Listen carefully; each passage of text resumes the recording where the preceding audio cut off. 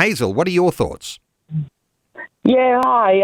Look, I'm just ringing in because firstly I want to say that I'm a Christian and I love the Lord, and secondly that I'm Aboriginal, and that this whole referendum has actually caused a lot of confusion, not in terms of what the Australian government has actually presented, because what they've actually offered has been very transparent from the very beginning. I think a lot of the confusion is actually coming from the voices from the No campaign. A lot of their campaigning has been around fear, untruths, and it's just caused, to use a slogan, if you don't know, vote no. I think it's really important that all Australians, if you're going to cast a vote, that you actually research and find out for yourself what you will be voting for.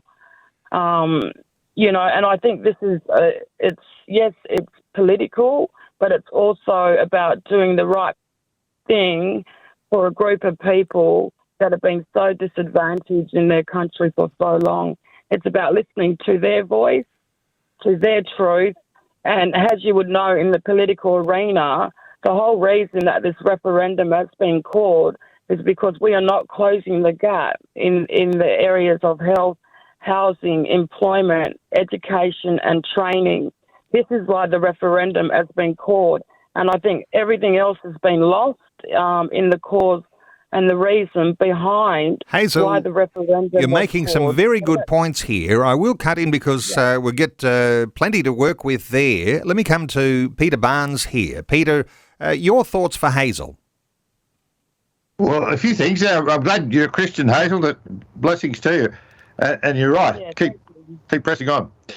I don't think the government is being transparent on what it's delivering. It's been short on detail, and they've often made a virtue of that. In fact, Linda Burney has said that she thought in 1999, with the referendum over the Republic, that it made a mistake in that area and gave too much detail. So they've been very light on detail. We don't know what we're voting for. So the slogan, if you don't know, vote no, is not a silly one. I didn't invent it. I'm not running around with it. But we don't know what we're getting into, except it looks like a national body of 24 Indigenous people with regional voices, any number of local voices. Are they paid? Where do they come from? We don't have the detail, and that's a good reason to be slow and very cautious. Slow and cautious. Gordon Preece, I'll bring you on because this is certainly a significant point here. How much detail is necessary and how much is enough, how much is too much, how much is too little. Thoughts here for Hazel? Thanks, Hazel. I thought you stated things very well.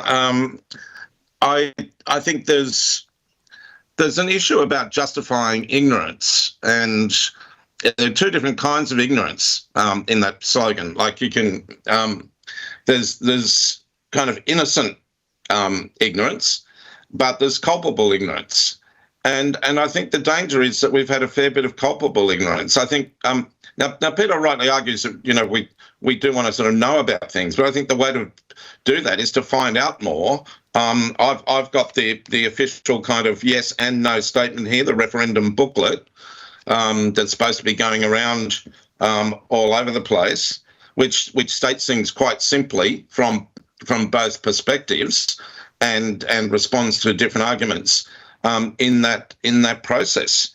And I think it really is a case of people taking seriously their citizenship, taking seriously the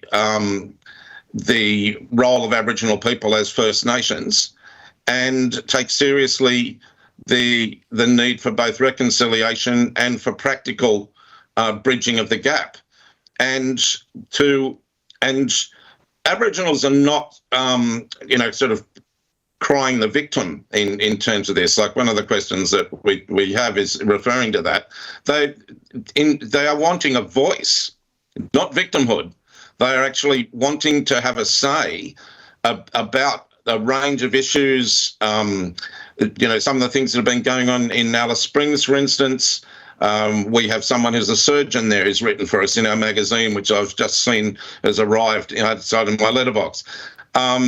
There was a recent thing on SBS, I think it was on last night or the night before, about Aboriginals being able to achieve a considerable amount in terms of dealing with specific diseases because Aboriginal voices were being heard.